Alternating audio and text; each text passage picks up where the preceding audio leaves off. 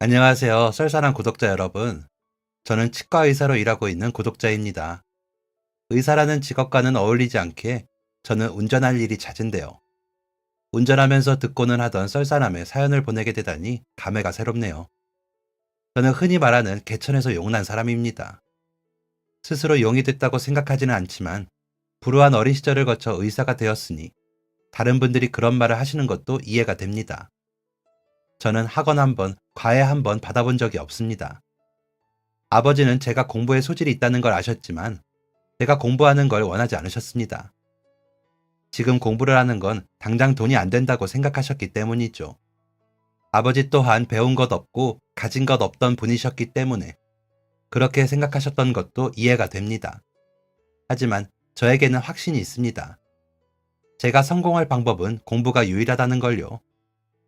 아버지에게 식충이 소리를 들으며 학교를 다녔지만 대학만 잘 가면 이런 생활도 끝이라는 생각 하나만으로 버텼습니다. 그래도 아주 불행했다고 생각하지는 않아요. 배운 거 없었던 아버지는 식충이라며 저를 욕하고 답답해 하셨지만 늦게까지 공부를 하다 책상 위에 쓰러지듯 잠에 든 다음 날이면 항상 제 위에 담요가 덮여 있었습니다. 책상 위 램프의 전구가 깜빡거리면 항상 며칠 뒤에 새 전구가 갈아 끼워져 있었죠. 아버지는 당장 입에 풀칠하는 게 걱정이라서 사는 게 팍팍해서 다정한 말 한 번 못하셨을 뿐이지 나름의 방법으로 애정을 표현하셨습니다. 그래서 가난이 지긋지긋했고 한치 앞밖에 못 보던 아버지가 답답했지만 스스로를 아주 불행했다고 생각하지는 않았던 것입니다. 이런 환경 속에서 컸기 때문인지 저는 냉소적인 편이었습니다.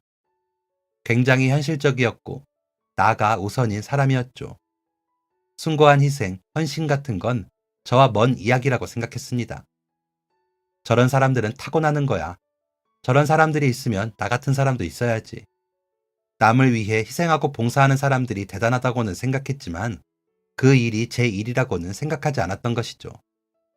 이렇게 생각하던 제가 의대를 선택했으니 참 웃기는 일이죠. 고등학교를 우수한 성적으로 졸업하고 원하는 대학이라면 어디든 갈 수 있게 되었을 때 제가 학과를 선택한 기준은 오로지 돈이었습니다. 진로, 적성, 직업정신 같은 건 고려의 대상이 아니었어요.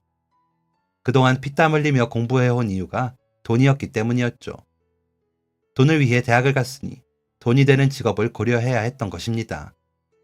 그렇게 생각해보니 의사가 돈을 잘 벌겠더라고요. 그래서 의대를 갔습니다. 의대를 가겠다 하니 아버지가 처음으로 밝게 웃으며 저를 안아주시더라고요. 뿌듯했습니다. 역시 의대 가길 잘했다는 생각을 했어요. 학교에 가서 의사로서의 마음가짐을 배우는데 저는 숭고한 직업정신을 깨우치기엔 아직 너무 어리석었습니다. 그저 의사는 사람을 살리는 직업이니까 사람들 살리는 실력만 키우면 된다 라고 생각했죠. 기술만 좋으면 되는 직업이라고 생각했던 것입니다. 사람을 생각하지 않는 의사라니 말도 안 되는 생각이었죠. 그 상태로 공부를 계속했다면 버티지 못하고 나가 떨어졌을 겁니다. 의사라는 직업이 단순히 돈만 보고 할 수 있는 그런 일은 아니더라고요. 그런데 저는 지금까지 의사로 살고 있습니다. 그럴 수 있었던 이유는 과거에 있었던 일 때문이에요. 그 일은 제가 가지고 있던 생각들이 얼마나 잘못된 것인지, 얼마나 부끄럽고 한심한 생각이었는지를 깨닫게 했습니다. 시험 기간이었습니다. 밤을 새워서 공부하고 씻고만 나오려고 집으로 향하는데 조금 떨어진 곳에서 쿵 하는 소리가 났고 연이어 사람들의 비명소리가 들려왔습니다. 무슨 일인가 하고 달려가 보니 동그랗게 모여있는 사람들 사이에 한 남자가 피를 흘리며 쓰러져 있었어요. 남자는 숨을 헐떡이고 있었고 사람들은 어쩔 줄 모르며 발만 동동 구르고 있었죠. 제가 정신을 차렸을 때 저는 이미 응급처치를 하고 있었습니다. 거기 빨간 옷 입은 여자분, 지금 119에 신고해주세요.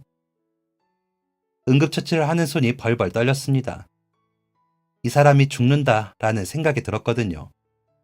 의사가 되기에는 한참의 시간이 남은 의대에 입학한 지 얼마 되지도 않은 저에게는 죽음 직전에 있는 사람의 모습이 두려움 그 자체로 다가왔습니다.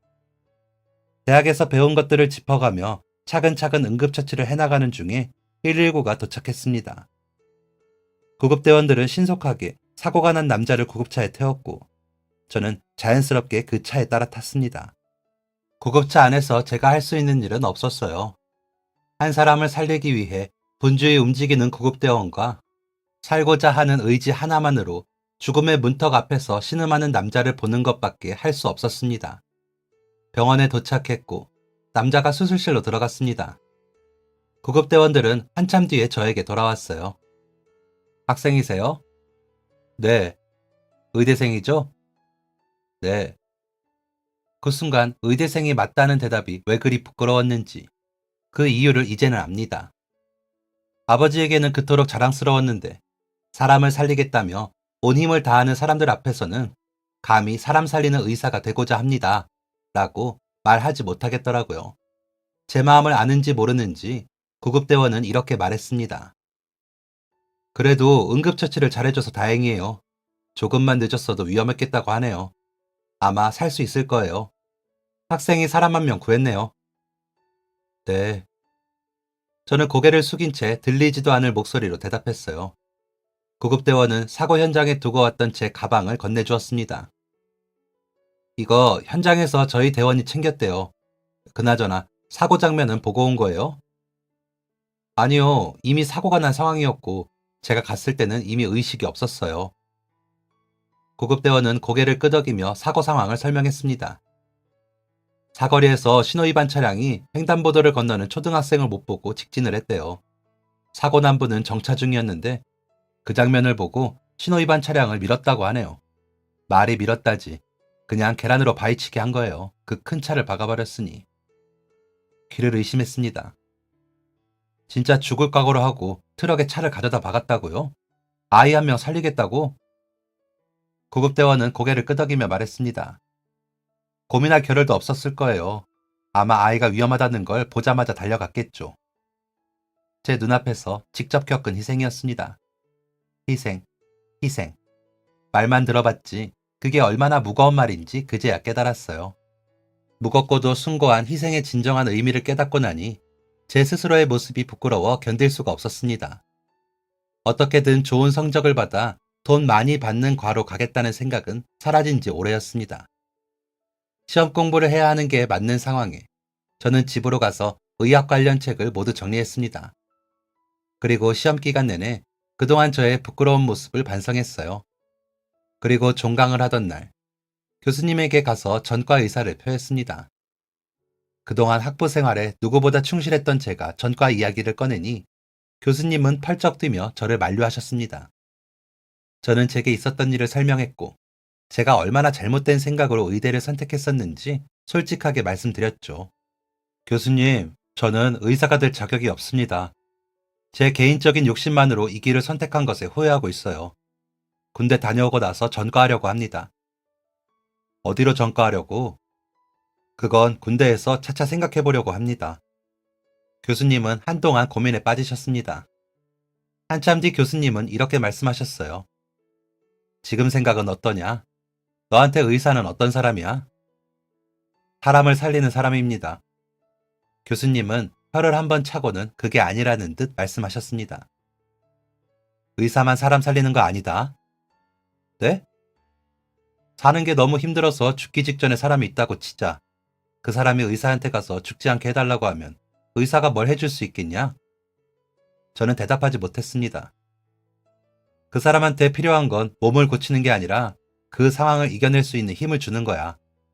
그리고 친구 관계가 안 좋아져서 너무 힘들어하는 애가 있다고 치자. 걔한테 의사가 뭘 해줄 수 있겠냐? 저는 또 대답하지 못했습니다. 걔한테 필요한 건 의사의 처방이 아니라 마음을 나눌 수 있는 친구야. 저는 교수님이 무슨 의도로 이런 말씀을 하시는 건지 감을 잡을 수가 없었어요. 사는 게 팍팍한 사람한테 쌀 한 포대를 나눠줄 줄 아는 사람과 혼자 있는 아이에게 친구가 되어주는 사람. 네가 봤던 그 사람은 사람을 살렸다는 공통점이 있지? 네. 그리고 의사도 사람을 살린다는 공통점이 있고. 네. 이 사람들과 의사의 공통점은 사람을 살렸다 해서만 끝나면 안 돼. 어떤 마음으로 사람을 살렸느냐. 그 사람에게 진짜 필요한 게 뭔지 본질을 보는 거야. 그게 아니라면 의사는 그냥 기술직이야, 기술직. 저는 답답한 마음으로 교수님에게 대답했습니다. 그래서 제가 의대를 그만두려고 하는 겁니다. 저는 그분처럼 할 자신이 없어요. 교수님은 고개를 저으셨습니다. 그 사고를 보기 전까지만 해도 너는 사람을 돈으로만 봤지. 그렇지? 부정할 수 없었어요. 그런 마음으로 의대를 왔다니 정말 실망스럽지만 나한테 그만두겠다고 찾아온 걸 보면 넌 좋은 의사가 될 수 있을 것 같다. 제가요? 저는 불순한 마음으로 의사가 되려고 했는데요. 내가 말했지. 사람을 살린다는 행위뿐만 아니라 사람을 어떤 눈으로 바라보는지가 중요하다고. 너는 아직도 사람이 돈으로 보이냐? 저는 사고를 본 이후 생각해왔던 것을 말씀드렸습니다. 처음엔 이해가 안 됐습니다. 왜 안면도 없는 아이를 위해서 자기 목숨을 걸까? 그리고 그 선택을 하기 전에 왜 조금의 고민도 하지 않았을까? 비효율적이라고 생각했습니다. 그런데 아무리 생각해도 아이를 살리기로 선택한 사람은 자기의 선택을 후회할 것 같지가 않았어요. 그분에게는 사람을 살리는 게 자기 목숨만큼이나 중요한 일이었을 테니까요. 교수님은 마지막으로 이렇게 말씀하셨습니다. 너도 그 눈으로 사람을 보면 돼. 사람을 보지 않는 의사는 기술 좋은 직업인일 뿐. 쌀 한 포대 가져다주는 사람만도 못하다는 것. 그리고 지금 네가 느낀 감정을 잊지 마. 교수님은 우물쭈물하는 저에게 마지막 말씀을 하셨습니다. 너 눈에 사람이 귀하게 보인다면 의사해. 아니라면 그만둬. 돌아가서 잘 생각해보고 아무래도 안 되겠다 싶으면 다시 찾아와. 방에 틀어박혀 계속 고민했습니다. 내가 할 수 있을까? 과연 교수님이 말하셨던 사람들처럼 사람을 귀하게 볼 수 있을까? 라고요. 생각이 정리될 즈음에 이런 생각이 들었습니다. 나도 사람을 살리고 싶다. 그것도 멋지게. 이후로 제 시선은 완전히 달라졌습니다. 새로 태어난 기분으로 공부를 시작했고 과를 선택하는 날이 왔습니다. 어떤 과를 가야 하나 고민하고 있는데 가장 먼저 떠오른 게 돈이었어요. 어떤 과를 선택해야 돈을 많이 벌까가 아니었습니다. 제 기억 속에 존재하는 돈의 무서움이었죠. 돈이 없어서 가장 서러웠을 때는 아팠을 때입니다. 열이 펄펄 끓는데도 돈이 없어 병원에 가지 못하다가 결국 쓰러졌던 적이 있었어요. 눈을 뜨니 병원이었는데 눈을 뜨자마자 병원비 생각이 나서 도망을 가려고 했죠. 간호사에게 걸렸을 때 한 말은 병원비가 없어요 였습니다. 간호사는 당황한 표정을 짓더니 저를 도와줄 만한 사람을 불러주었고 저는 저와 아버지가 받을 수 있는 의료 혜택이 있다는 것을 알게 되었습니다. 부끄러움이 몰려왔어요. 병원비가 없어서 도망치려고 했던 것과 이런 혜택이 있는지도 모르고 있었다는 제 무지에 부끄러웠습니다. 그래서 더 열심히 공부했던 것도 있는 것 같네요. 그 중에서도 가장 서러웠던 기억은 치아가 아팠을 때였습니다. 어느 순간부터 치아가 욱신거렸고 나중에는 밤에 잠을 이루지 못할 정도로 고통에 시달려야 했어요. 있는 돈을 털어서 진통제를 먹는 게 제가 할 수 있는 전부였죠. 너무 고통스러워서 스스로 뽑아버릴까 생각도 했습니다. 고등학생 때였는데 다 큰 남자애가 아파서 울었다는 것만 봐도 얼마나 아팠는지 짐작할 수 있는 부분이죠. 다행스럽게도 상황을 알게 된 선생님이 저를 병원에 데려가 주셨습니다. 그런데 너무 심각한 나머지 치료가 불가능한 상태였고 발치 후 임플란트를 해야 한다고 했습니다. 하지만 선생님이 그것까지 해주시는 데는 무리가 있었죠. 그래도 치아를 뽑는 데만 도움을 주셨습니다. 그것만으로도 감사했지만 치아 하나가 없다는 건 오랜 컴플렉스가 되었습니다. 혹시 입 안쪽이 보일까봐 큰 소리로 웃지도 못했고 밥 먹을 때도 최소한으로 입을 벌렸죠. 이게 습관이 되어서인지 더 웃지 않았던 것 같네요. 이렇게 컴플렉스였다 보니 저는 대학에 입학해서 과외를 하며 악착같이 번 돈으로 치아부터 심었습니다. 한 번도 입어보지 못한 비싼 옷을 사는 것도 좋은 음식을 먹어보는 것도 아니었어요. 돈을 모아서 치과로 달려갔습니다. 그런데 생각보다 병원비가 너무 비싸더라고요. 그래서 몇 개월을 더 일해야 했고 그 돈으로 겨우 치료를 마무리할 수 있었습니다. 그렇게 병원비가 비쌌던 이유가 과잉진료 때문이라는 걸 나중에서야 알았어요. 대학 시절 과를 선택해야 할 때 이 기억이 떠오른 건 신의 한 수였습니다. 저는 이 기억이 나자마자 바로 치과를 선택했습니다. 그리고 다짐했어요. 저처럼 아픈 치아를 부여잡고 잠 못 이루는 사람이 없도록 하겠다고요. 전문의가 된 후 의대를 그만두겠다고 했을 때 저를 붙잡아 주신 교수님에게 찾아갔습니다. 교수님은 제가 치과 의사가 됐다는 이야기를 들으시고는 굉장히 실망스러운 표정을 하셨어요. 결국 돈 따라갔냐는 눈빛이셨죠. 저는 땀을 삐질 흘리며 치과를 선택한 이유를 설명했습니다. 교수님은 그제야 표정을 푸시며 말씀하셨습니다. 순간 그때 그만두게 했어야 했는데 라고 생각했는데 아니라니 다행이다. 그래서 어디서 일하려고? 저는 결의에 찬 표정으로 말씀드렸습니다. 해외로 나갈까 합니다. 교수님은 또다시 이게 무슨 헛소린가 하는 표정으로 저를 쳐다보셨죠. 어디? 미국? 호주? 저는 한치의 망설임도 없이 대답했어요. 아니요, 아프리카로 갑니다. 교수님은 껄껄 웃으시며 제 어깨를 툭툭 치셨어요. 아프리카 가면 힘들걸? 괜찮습니다. 교수님은 저를 놀리듯 말을 이어가셨습니다. 제대로 먹지도 못하고 씻지도 못하고 환자는 밀려 들어올 거야. 그러면 쉬지도 못하겠지. 너 몸은 지쳐갈 거고 스스로 건강을 살필 시간도 없을 거야. 그런데 네가 의사니까 아무도 너를 챙겨줄 수 없겠지. 그런데도 괜찮냐? 저는 확신에 찬 목소리로 말했습니다. 네, 괜찮습니다. 교수님은 다시 껄껄 웃으며 말씀하셨습니다. 그럼 가야지. 교수님과 한참 동안 이야기를 나누고 돌아가고자 채비를 하고 있는데 문 앞에서 배웅하시던 교수님이 뜬금없이 악수를 청하셨습니다. 악수를 하는데 교수님은 제 손을 꽉 잡은 채 놓지 않으셨어요. 왜 그러시느냐 쳐다보니 이렇게 얘기하시더라고요. 네가 참 자랑스럽다. 이 얘기를 듣고 밖으로 나오는데 눈물이 나더라고요. 의사가 되지 않겠다고 했을 때 너는 좋은 의사가 될 수 있을 것 같다 라고 말했던 교수님의 이야기가 생각났기 때문이었습니다. 남은 건 아버지에게 이 소식을 전해드리는 거였어요. 의대를 갔을 때, 의사가 됐을 때 아버지가 보여준 반응 때문에 이 이야기를 꺼내기가 더욱 어려웠습니다. 겨우 입을 열어 앞으로의 계획을 말씀드렸어요. 아버지는 잠시 멈칫하시더니 물으셨습니다. 얼마나 다녀오냐? 다른 의사들보다는 더 오래 다녀올 것 같아요.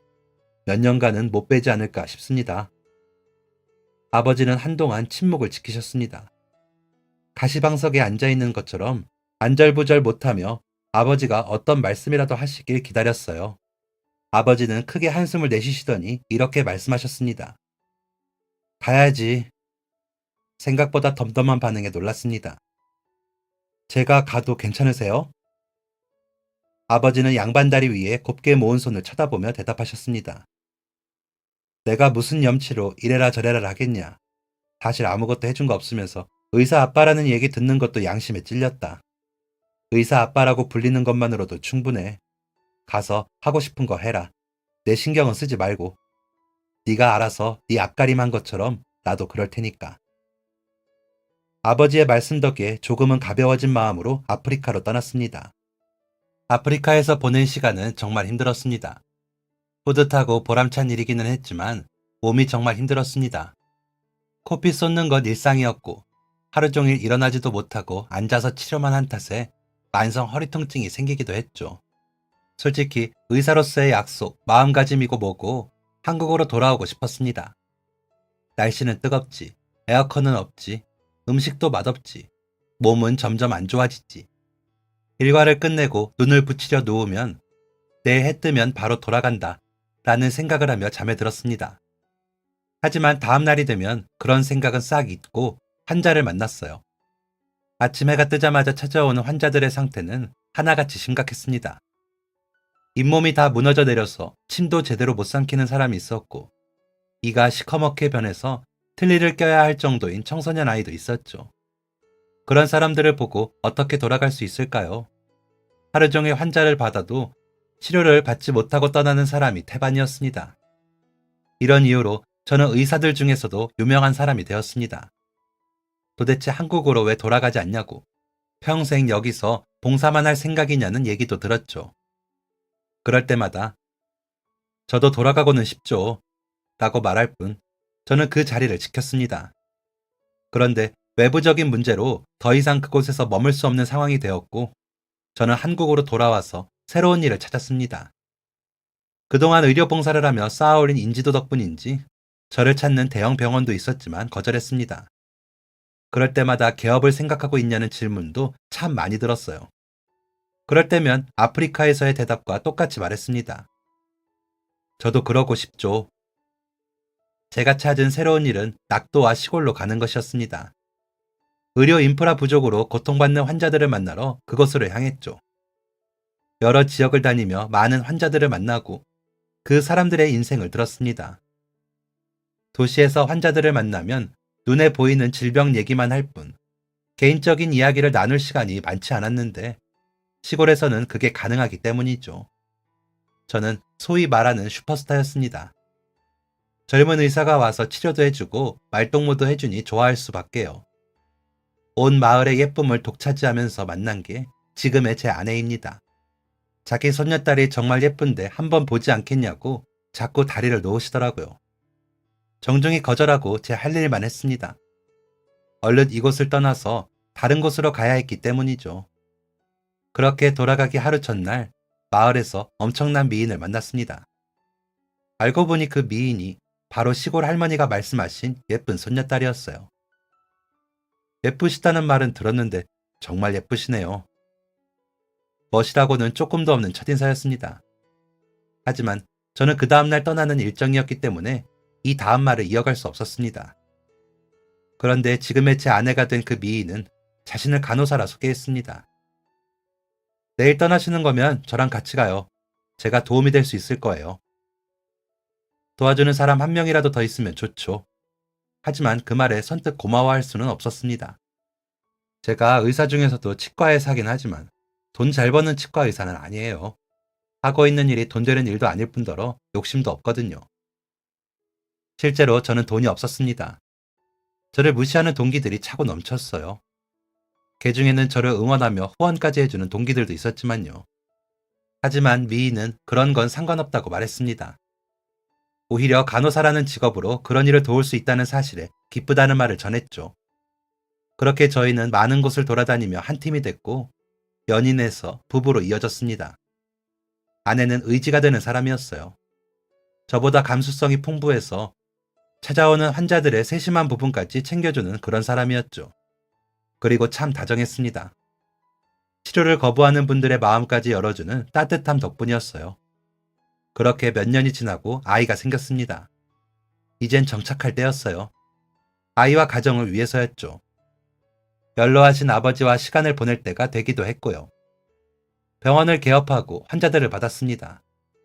과잉진료 없는 병원이라고 유명해져서 병원은 항상 바빴습니다. 그렇게 바쁘게 병원집을 반복하는데 어느 날 이런 생각이 들더라고요. 나 지금 뭐 하고 있지? 의사로서 무언가를 놓치고 있는 기분이었습니다. 그래서 또 다른 일을 찾기 시작했어요. 단, 병원 일을 함께 병행하면서 할 수 있는 일이어야 했죠. 이젠 가정뿐만 아니라 책임져야 할 병원과 직원들이 있었으니까요. 그런 와중에 아주 우연히 과거 고등학교 동창을 만났습니다. 치과에서 진료를 마치고 환자의 얼굴을 봤는데 어디서 많이 본 얼굴이더라고요. 최정민? 친구가 저를 먼저 알아봤고 저희는 반가운 인사를 건넸습니다. 넌 요즘 무슨 일 하냐? 라고 물으니 교도관이라고 대답하더라고요. 교도관을 보는 건 처음이라 오랫동안 이런저런 이야기를 나눴습니다. 그러다가 재소자들이 치과 치료를 받지 못한다는 이야기를 듣게 되었어요. 그게 교도소 왕진 봉사의 시작이었습니다. 누군가는 그런 데를 왜 가냐 말할 수도 있지만 교도관 친구에게 들은 재소자들의 이야기는 참 다양했습니다. 그 일을 계기로 교도소에 매주 왕진을 가게 되었어요. 교도소에 들어갈 때는 겹겹이 쌓인 문을 통과해서 가야 하는데 식은땀이 흘렀던 것 같습니다. 아무래도 교도소였으니까요. 좋은 의도로 그곳에 있는 사람들을 도우러 간 것이었지만 그래도 긴장이 됐습니다. 교도소장과 면담을 끝낸 뒤에 치료를 할 공간으로 들어갔습니다. 환경이 좋은 편은 아니었지만 그래도 환자를 치료하기에는 무리가 없겠더라고요. 곧장 치료를 하기 위해 장소를 세팅했습니다. 치료할 준비가 끝나자마자 재소자 한 명이 들어왔습니다.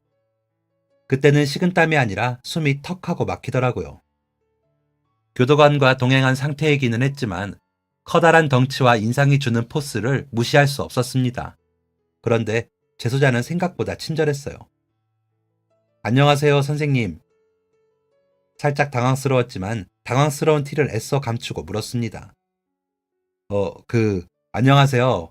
어디가 불편하세요? 재수자는 교도관의 안내에 따라 자리에 앉더니 왼쪽 턱을 감싸며 말했습니다. 잇몸이 시려서요. 요즘 잠을 못 자요. 한번 누워보실래요? 재수자는 가만히 제 말을 따랐습니다. 모범수들만 치료를 받을 수 있다는 사실을 그제야 떠올릴 수 있었죠. 환자의 잇몸 상태를 보니 상태가 좋지 않았어요. 잇몸에 염증이 심해 많이 부어 있었죠. 치아와 잇몸 사이에 이물질이 껴서 잇몸 염증을 유발한 거였습니다. 이물질을 전부 제거하고 잇몸을 치료한 뒤에 약을 처방해 주었어요. 감사합니다, 선생님. 덕분에 오늘은 마음 편하게 잘 수 있을 것 같아요. 정말 감사합니다. 오늘 하루는 꽤 많이 아플 거예요. 심하면 며칠 가니까 아프면 참지 마시고 진통제 받아서 드세요. 정말 감사합니다. 진료실 안에 있던 교도관은 재소자가 돌아간 뒤 이렇게 말했습니다. 저 사람 저렇게 웃는 거 처음 보네. 잘 안 웃는 분이세요? 말하고서도 아차 싶더라고요. 아무래도 교도소는 웃기 힘든 곳이니까요.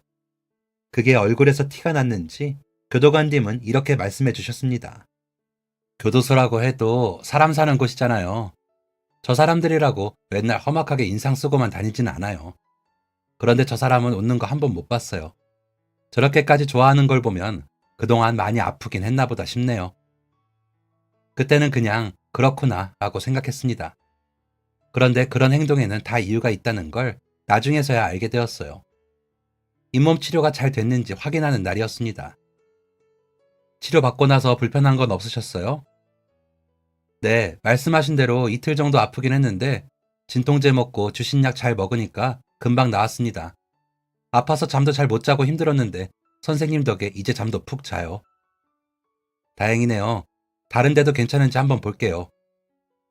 치과에 가면 치과 의사들이 이런저런 말을 많이 시키죠. 대답도 못하는데 말입니다. 저도 그런 의사 중 한 명인데요. 교도소에 들어갈 때면 특히나 더 그렇습니다. 재소자들이 교도소에서 대화할 수 있는 사람들은 같은 재소자예요. 교도관과 일상적인 대화를 나누는 건 쉽지 않죠. 가끔 면회 오는 가족이나 친구들이 있겠지만 그 또한 잠시일 뿐입니다. 만나봤자 가운데에 창을 두고 대화하는 거니까요. 그런 사람들에게 저는 바깥 냄새 나는 사람이었습니다.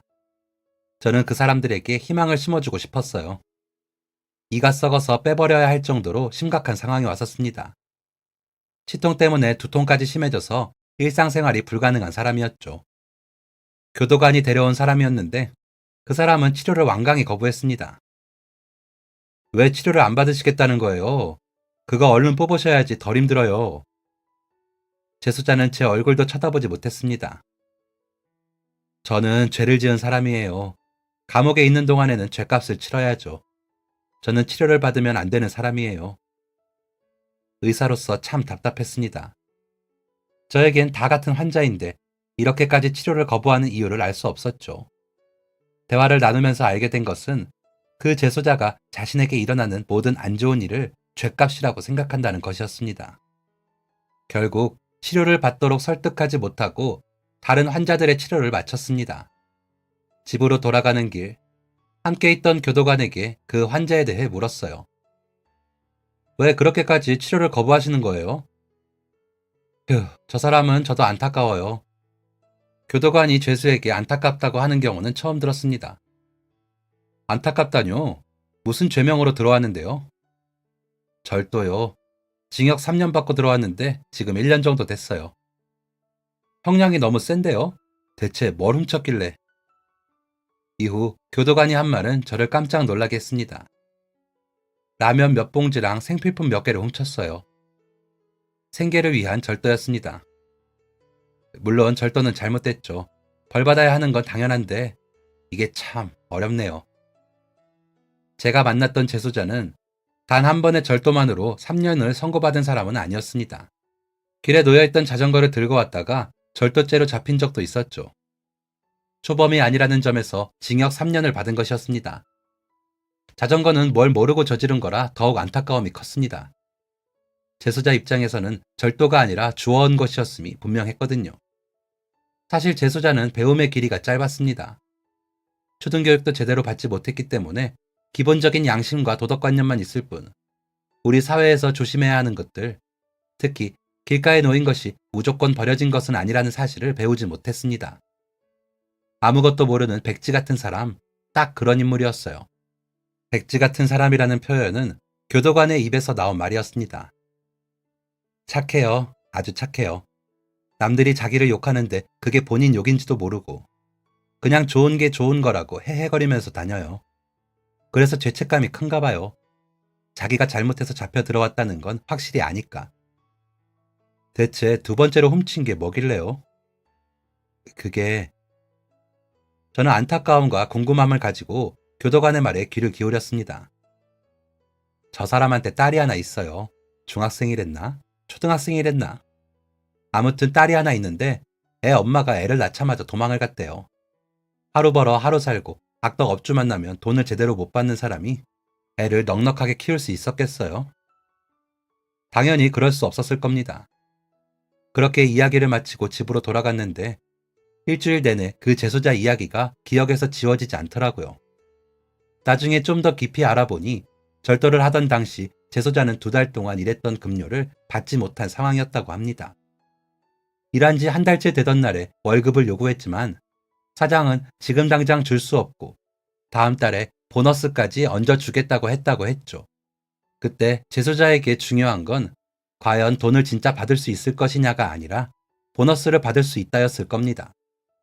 하지만 2달째가 되던 날 친절하게만 보였던 사장의 낯이 바뀌었고 계약서를 쓰지 않았으니 돈을 줄 수 없다는 말도 안 되는 이야기를 했다고 합니다. 당장 그 돈이 없으면 생계가 이어지지 않았기 때문에 재소자는 빌면서 부탁했어요. 저 돈 없으면 우리 딸 굶어요. 딸이 한 명 있단 말이에요. 제발 돈 주세요. 이렇게 말했을 때 사장은 귀찮다는 듯 돈 몇만 원을 쥐어주고 재소자를 보냈다고 합니다. 곧바로 다른 일자리를 구해보았지만 잘 구해지지 않았고 결국 수중에 있던 돈 몇만 원이 동나버렸죠. 그 상황에서 친인척 한 명 없는 재소자가 선택할 수 있는 건 없었습니다. 그리고 동네 구석에 있는 작은 마트로 가서 빵 몇 조각과 라면 5개, 사탕 2개를 훔쳤어요. 그게 재소자의 2번째 잘못이었습니다. 당연히 경찰에게 잡혀갔고 재범으로 취급되어 3년이라는 형을 선고받은 거였습니다. 생계가 어려워 벼랑 끝에 몰리다 저지른 일인데 처벌이 너무 세다는 생각이 들었지만 어쨌든 현실은 재소자에게 남은 형벌 기간이 2년이라는 것이었습니다. 이후 몇 번이나 재소자를 만났어요. 치료받기를 설득하기 위해서였죠. 오랜만에 만난 재소자는 그 사이에 말라 있었습니다. 치통이 심하니 밥도 먹기 힘들었을 거예요. 정말 치료 안 받으실 거예요? 죄 지은 놈은 벌을 받아야 한다고 했어요. 저는 치료 이야기가 더 이상 무의미하다 생각했습니다.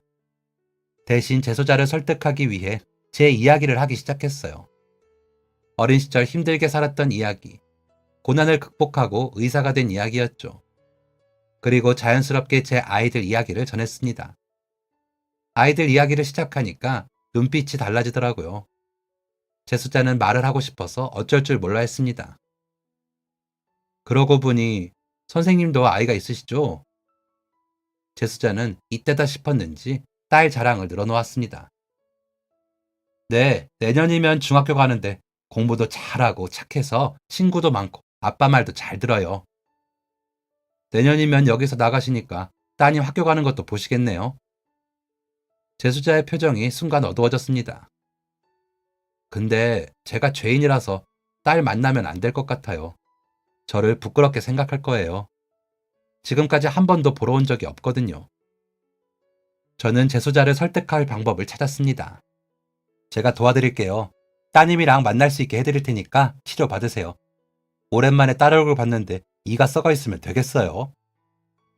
재수자는 그날 치료를 받았습니다. 그리고 다 나을 때까지 착실히 치료를 받으러 왔어요. 저는 재수자의 딸을 찾았습니다. 딸아이는 아버지가 교도소에 간 뒤에 아동보호시설에서 지내고 있었어요. 아이는 아버지 때문에 왔다 라고 말하자 뛸 듯이 기뻐했습니다. 상황이 여의치 않다 보니 아버지를 만나기 쉽지 않았던 거였어요. 저는 재수자의 치료가 끝날 때쯤 아이를 데리고 교도소로 향했습니다.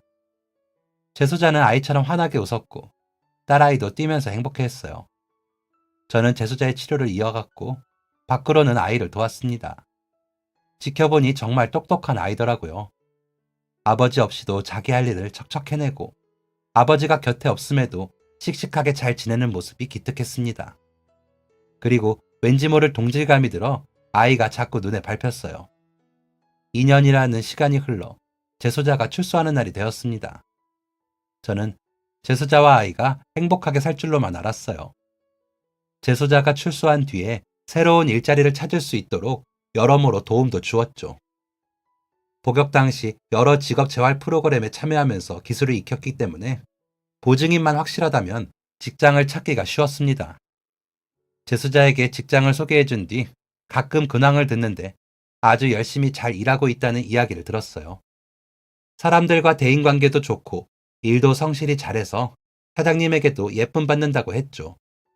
무엇보다 사람이 순수하고 구김이 없다 보니 다른 사람들의 호의를 늘 감사하게 여겼다고 합니다. 다행히 주변 사람들도 좋은 사람뿐이었고요. 그런데 2년도 채 되지 않아 충격적인 소식을 듣게 되었습니다. 재수자가 사고로 목숨을 잃었다는 연락이었죠. 급하게 장례식장으로 달려가니 근무지를 옮겨 오랫동안 보지 못했던 교도관이 그곳에 있었습니다. 그리고 중학교 3학년밖에 되지 않은 아이가 상복을 입고 앉아 있었죠. 해맑게 웃던 아이의 미소는 온데간데 없었습니다. 대체 어찌된 영문인지 물을 겨를도 없었어요. 함께 일하던 사람들 외에는 아무도 찾아오지 않는 장례식장에 앉아 자리를 함께 지켰습니다. 아이와 재수자는 정말 사이가 좋은 부녀지간이었어요. 친구처럼 지내는 모습을 보면 오히려 제가 더 많이 배웠습니다. 나도 저런 아버지가 되어야겠다고 재수자를 보면서 다짐했죠. 그랬던 것을 알기에 아이가 더더욱 걱정됐습니다. 장례를 마친 뒤에 아이와 진지한 대화를 나누었습니다. 아버지가 교도소에 가게 됐을 때부터 시작해서 지금까지의 마음을 털어놓게 했어요. 늘 해맑게 웃던 아이는 울먹거리며 속 깊이 있던 마음을 꺼내놓았습니다.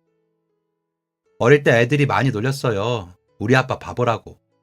바보라고 놀려도 웃기만 한다고. 아빠는 그냥 착한 사람일 뿐이었는데 아빠가 왜 그런 놀림을 받아야 하는지 모르겠어서 애들이 아빠를 놀리면 때려주고 다녔어요. 그런데 아빠는 저한테 그러지 말라고 하더라고요. 자기는 괜찮다고. 그런 아빠가 감옥에 간다니 말이 안 되잖아요. 그리고 나 때문에 도둑질을 했다는 건 더 말이 안 되잖아요. 그런데 아빠는 감옥에 들어갈 때도 괜찮다고 했어요.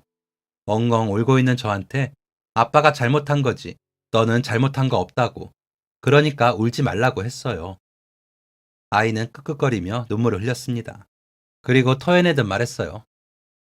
왜 아빠한테만 이런 일이 벌어지는 거예요? 진짜 잘못한 사람들도 감옥에 안 들어가잖아요. 뉴스에서 봤어요. 제가 알아요. 솔직히 우리 아빠보다 그 사람들이 더 잘못했잖아요. 감옥에 가려면 그 사람들이 가야 되잖아요. 왜 우리 아빠를 그렇게 만들었어요? 아빠가 감옥에 가지 않았으면 이렇게 죽지도 않았을 거예요. 왜 어른들은 이렇게 나쁜 거예요? 왜 저를 이렇게 힘들게 하냐고요. 해줄 말이 없더라고요. 너무나 어린 나이에 무전유죄, 유전무죄를 깨달아버린 아이에게 어른으로서 미안함을 느꼈습니다. 제가 할 수 있는 건 아이의 어깨를 토닥여주는 것뿐이었어요. 아이에게 이 이야기를 전하고 상의했습니다. 아내는 두 아이의 엄마로서 그냥 지나칠 수 없다며 저희가 이 아이를 돕자고 말해주었습니다. 저희 부부는 아이의 든든한 후원자가 되어주기로 했어요. 어른들에게, 사회에게 큰 상처를 받은 아이에게 이 세상에는 좋은 어른들도 있다는 것을 알려주려고 했고, 아버지의 부재로 일찌감치 어른이 되어버린 서영이에게 그 나이 또래에 맞는 경험을 선물해 주었습니다. 무엇보다 공부를 하는데 부족함이 없도록 서포트해 주었어요. 아내나 저나 아이의 영리함을 일찌감치 알아차렸거든요. 제 아이들도 서영이를 보면서 대단하다고 말할 정도였습니다. 아빠, 나는 공부는 아닌 것 같아. 공부는 서영이 같은 애들이 하는 거야. 아니, 공부머리는 유전이라는데 나는 왜 이래? 엄마는 간호사고 아빠는 의사인데 나 주워온 거 아니야? 저는 아빠는 노력파야. 너도 공부 잘하고 싶으면 노력해. 라고 말하며 웃어 넘겼죠. 사실 제 아이에게 말은 안 했지만 서영이는 굉장한 노력파였습니다. 얼마나 공부를 열심히 하는지 만날 때마다 쉬엄쉬엄 해라라는 말이 잔소리처럼 나왔죠. 뭐라도 해라라는 말을 듣는 제 아이와는 달랐습니다. 서영이가 그렇게까지 열심히 하는 모습을 보면 애가 탔어요. 과연 저 아이가 정말 공부를 하고 싶어서 저렇게까지 하는 걸까? 나한테 보답을 하고 싶어서 저렇게까지 하는 건 아닐까? 하는 생각으로 걱정스러운 마음이 들었어요. 아무래도 제가 그랬기 때문인 것 같습니다. 어렸을 때 저도 가난을 벗어나기 위해 아등바등 공부했으니까요. 그게 얼마나 고통스러운지, 얼마나 불안하고 초조한지 알기 때문에 미친 듯이 공부에 매달리는 서영이를 보면서 안타까웠던 것입니다. 한번 서영이를 불러다가 진지하게 물어본 적이 있어요. 서영아, 혹시 공부를 하는 게 힘들지는 않니? 놀지도 않고 매일마다 밤새 공부하는 게 걱정돼서 그래. 힘든데도 억지로 참고 공부하는 거면 삼촌한테 꼭 말해줘. 눈치도 빠르고 영특한 서영이는 제가 무엇을 염려하는지 바로 알아차렸습니다. 하지만 말을 아끼더군요. 하고 싶은 게 있어서 그래요. 조금만 기다려주시면 알려드릴게요. 라는 말만 하고 이후로는 아무 말도 하지 않았습니다. 저와 아내는 서영이를 기다려주는 것밖에 할 수 없었어요. 혼자 공부하는 게 힘들지는 않아? 영어 때문에 힘들어하는 것 같은데 학원이라도 보내줄까? 서영이는 단칼에 거절했습니다. 아니요, 괜찮아요. 학교 선생님들이 알려주시는 것만으로도 충분하고 혼자 해내고 싶어요. 혼자 해내는 게 쉬울 리가요. 같은 경험이 있는 사람으로서 서영이의 말을 믿을 수 없었습니다. 서영이는 학원과 과외를 시켜주겠다는 말에 한 번도 응한 적이 없습니다. 제가 학교를 다닐 때야 사교육 열풍이 덜했지만 지금은 달랐습니다. 학원에 다니지 않으면 다른 아이들을 따라갈 수 없다는 걸 제가 누구보다 잘 알고 있었어요. 그런데 서영이는 그 현실을 온몸으로 부딪히면서도 더 이상의 것을 원하지 않았습니다. 그렇게 서영이가 고등학교 3학년이 되고 수능을 치르는 날이 되었어요. 저희는 서영이를 학교 앞에 데려다 주었습니다. 칼바람이 부는 날, 서영이는 교문 앞에서 저와 아내에게 큰절을 올렸습니다. 서영이의 갑작스러운 행동에 아내는 입을 틀어막고 눈물을 흘렸고 저는 서영이를 안아주었습니다. 부담 갖지 말고 다녀와. 하던 대로 못해도 돼. 삼촌이랑 이모 마음 잘 알지? 네. 그렇게 수능이 끝났고 저와 아내는 서영이가 결과를 말해주기만을 기다렸습니다. 하지만 결과를 알려주지 않더라고요. 저와 아내는 한숨을 푹 쉬며 원하던 대로 잘 안 된 것 같지? 아무래도 제가 말을 안 하는 데는 다 이유가 있겠지. 라고 대화했습니다. 그런데 아내가 처음으로 서영이에게 서운하다는 말을 했어요. 여보, 나 서영이한테 조금 섭섭해. 대학 원서를 어디에 넣었는지도 말 안 해주고 수능 결과도 말 안 해주고 우리가 얼마나 애태우고 있는지 걔가 모를 리 없을 텐데. 대학 원서를 어디에 넣었는지도 모르는 건 사실이었습니다. 말을 안 해주었으니까요. 그런데 시간이 흐른 뒤 함께 저녁 식사를 하고 과일을 먹기 위해 앉아 있는데 서영이가 가방에서 서류봉투 하나를 꺼내 저와 아내에게 건네주었습니다. 저와 아내는 별 생각 없이 봉투를 열었다가 뒤로 넘어갈 뻔했어요. 서영이가 전해준 봉투 안에는 제가 졸업한 대학의 의대 합격 통지서가 있었습니다. 너 이게 대체... 말씀 안 드려서 죄송해요. 깜짝 놀라게 해드리고 싶었어요. 아내는 다그치듯 말했습니다. 아무리 그래도 그렇지. 의대 준비하는 게 얼마나 힘든데 그걸 혼자 해. 서영이는 조심스럽게 말했습니다. 등록금은 장학금으로 해결했어요. 서영이는 저와 아내가 등록금 생각을 할까봐 말을 아낀 거였습니다. 너는 정말 대학 면접도 혼자 보러 갔을 거 아니니? 여보, 그만해. 저는 서영이에게 진지하게 물었습니다. 왜 의사가 되려고 한 거야? 서영이는 제 눈을 똑바로 쳐다보며 말했습니다. 삼촌처럼 되고 싶어서요. 나처럼 되는 게 뭔데? 서영이의 말은 제 마음을 울렸습니다.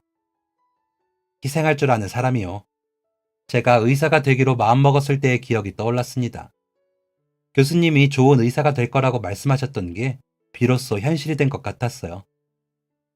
내 눈에는 그렇게 보였니? 네, 치과의사 돈 잘 벌잖아요. 그런데 삼촌은 돈을 버는 게 아니라 환자를 보는 사람이에요. 삼촌처럼 되고 싶어요. 삼촌 따라서 의료봉사도 가고 저희 아버지처럼 힘든 사람을 도와주고 싶어요. 저는 서영이를 보며 말했습니다. 그래, 너는 좋은 의사가 될 수 있겠다. 서영이는 현재 의대에서 열심히 공부 중입니다. 치과 의사가 되겠다는 마음이 변하지는 않았냐 물어보면 여전히 똘망똘망 무조건 치과 의사가 되겠다 라고 말하고 있죠. 서영이가 바빠진 탓에 자주 보지는 못하지만 가끔 얼굴을 볼 때면 내가 그래도 의미 있는 삶을 살았구나 라는 생각을 하게 됩니다. 설선한 구독자 여러분, 제 이야기는 여기까지입니다. 인연이라는 게 참 신기하죠. 교도소에서 만난 재수자의 아이가 제 딸 같은 아이가 될 줄 누가 알았을까요? 여러분도 살면서 만나는 모든 인연을 소중하게 여기셨으면 좋겠습니다. 제 이야기를 들어주셔서 감사합니다. 안녕히 계세요. 지금까지 사연 들어주셔서 감사합니다. 사연이 재밌으셨다면 구독과 좋아요를 눌러주세요. 감사합니다. 안녕히 계세요.